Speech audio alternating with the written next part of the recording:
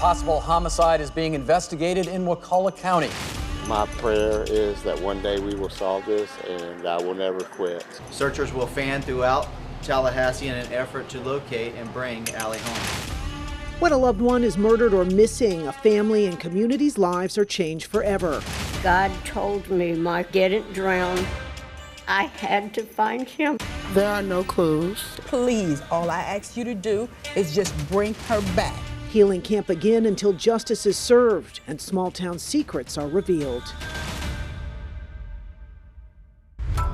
It was an average Monday, early morning on October 6th of 2014 in Crawfordville, Florida. 50-year-old George Jody Kilgore was getting ready to leave for work. He never made it, because that morning he was murdered at his home on a rural road. A dead end like this case that 11 years later still remains unsolved. By all accounts, the master electrician and avid fisherman was well known and well liked in the community. At the time of his murder, Jody Kilgore was a husband and a father with no known enemies. It's just like it was yesterday. That was one of the worst days I've ever spent in my life. Gladys Kilgore has lived in Wakulla County for the entirety of her 80 years. It's where she and her husband raised their family, Jody and his 3 sisters. It may have been 11 years since her son was murdered, but time has done nothing to lessen the pain. I can't get it out of my heart nor my mind either. There's always something that reminds me of Jody, especially when I go fishing. Thank you for joining me for Small Town Secrets. I'm Ava Van Valen. Captain Brett Sirachi is the Public Information Officer at the Wakulla County Sheriff's Office. He's been with WCSO since 2015. Now, in 2019, he was given the Kilgore case to re-examine. It had originally been handled by other detectives under a different sheriff. Now, Captain Sirachi is no longer on the case, but is still in communication with the Kilgore family. On October 6, 2014, we got a call at approximately 10:21 a.m. of a man stabbed in his front yard, which would have been George Jody Kilgore, at 55 Spring Court. 55 Spring Court is at the very end of a dead end, and it's the last house on the dead end, and he was found outside of his residence.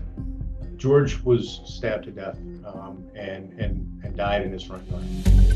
The Florida Department of Law Enforcement and the Wakulla County Sheriff's Office worked the crime scene and recovered DNA evidence, including clothing and different cellular devices, and a significant amount of evidence was recovered at that time. Once Sheriff Miller came into office and the case was assigned to me sometime thereafter, I then re-examined everything that they had and sent off copious amounts of evidence and sent some to the Florida Department of Law Enforcement, sent some to the FBI Quantico lab for specific analysis, and then utilized private labs. Unfortunately, nothing new was gleaned. So the waiting continues for the Kilgore family. We don't have no kind of answers as far as Jody's case.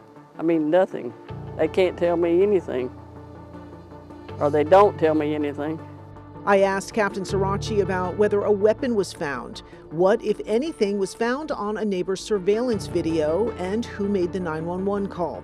But he says those are questions he can't answer as the investigation is open and ongoing. And he says there's a good reason the Wakulla County Sheriff's Office is keeping information close to the vest. Unfortunately, it's not that we want to hold it, it's that these are very intricate details. You need to make sure that you put as little information out so that when you start interviews, when they come out with some slight detail, which doesn't seem like anything to anybody else, but you know you've never released that to the public. I mean, that's a critical lead right there. So many years this has gone unsolved. It might be the smallest thing, and we just need to have everything at our fingertips. Anything that could be on our side, we need to try to keep on our side. Now, if you're passing through Crawfordville, you may see one of the 3 billboards reading, "Who killed Jody Kilgore?" Now, there is a substantial reward for any information leading to an arrest, and they say that money talks, but in this case, it hasn't, and that's something that Gladys Kilgore says she struggles with every day.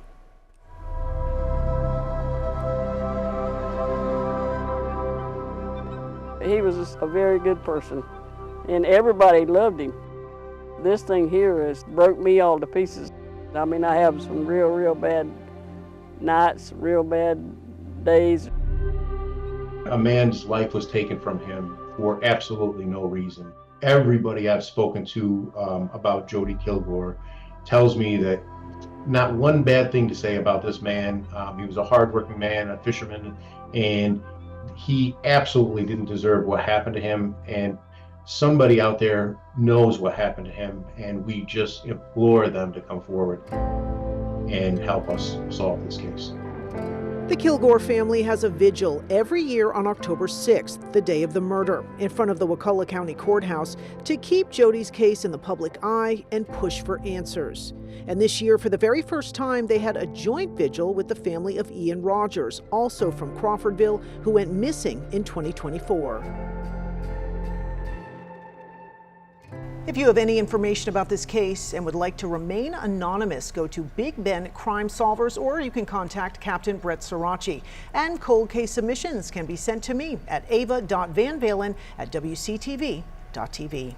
Thanks again for joining me for Small Town Secrets, the murder of Jody Kilgore.